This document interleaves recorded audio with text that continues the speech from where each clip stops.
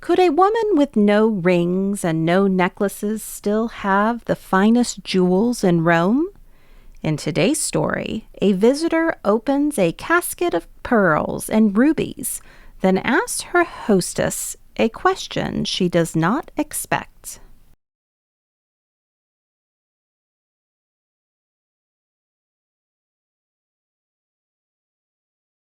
Let's look at the vocabulary and key places for our story. Take a moment to talk or think through the vocabulary and find today's story on the map. You might even compare its location to a modern atlas.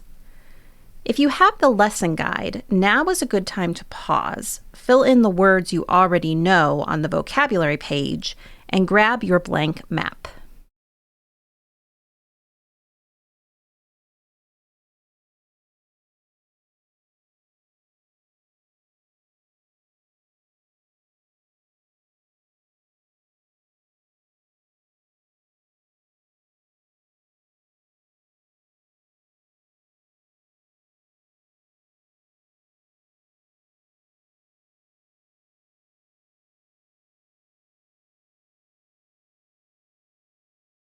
Cornelia's Jewels. It was a bright morning in the old city of Rome many hundred years ago. In a vine-covered summer-house in a beautiful garden, two boys were standing. They were looking at their mother and her friend, who were talking among the flowers and trees. "Did you ever see so handsome a lady as our mother's friend?" asked the younger boy, holding his tall brother's hand. "She looks like a queen." "Yet she is not so beautiful as our mother," said the elder boy. "She has a fine dress, it is true, but her face is not noble and kind. It is our mother who is like a queen." "That is true," said the other. "There is no woman in Rome so much like a queen as our own dear mother."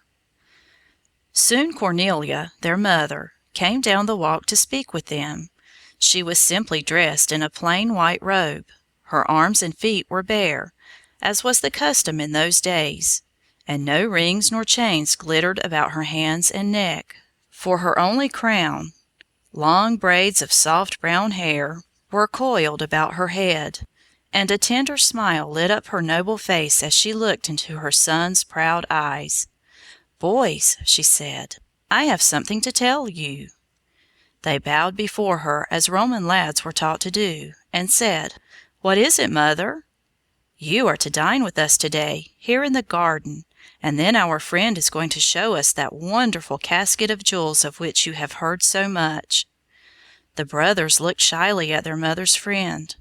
Was it possible that she had still other rings besides those on her fingers? Could she have other gems besides those which sparkled in the chains about her neck? When the simple outdoor meal was over, a servant brought the casket from the house. The lady opened it. Ah, how those jewels dazzled the eyes of the wondering boys! There were ropes of pearls, white as milk and smooth as satin, heaps of shining rubies, red as the glowing coals, sapphires as blue as the sky that summer day, and diamonds that flashed and sparkled like the sunlight. The brothers looked long at the gems. "Ah," whispered the younger, "if our mother could only have such beautiful things!" At last, however, the casket was closed and carried carefully away. "Is it true, Cornelia, that you have no jewels?" asked her friend. "Is it true, as I have heard it whispered, that you are poor?" "No, I am not poor," answered Cornelia, and as she spoke she drew her two boys to her side. "For here are my jewels. They are worth more than all your gems."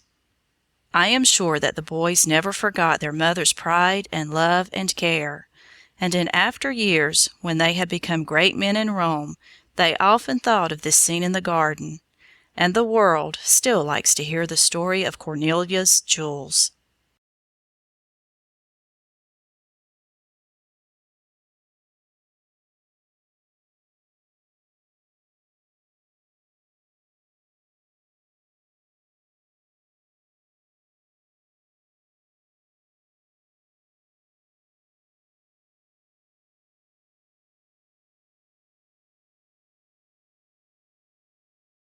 So where were Cornelia's jewels? She drew her 2 sons to her side and called them her treasure, and Romans repeated the saying for hundreds of years afterward. We do the planning, the books come alive, your child does the learning. See you next time.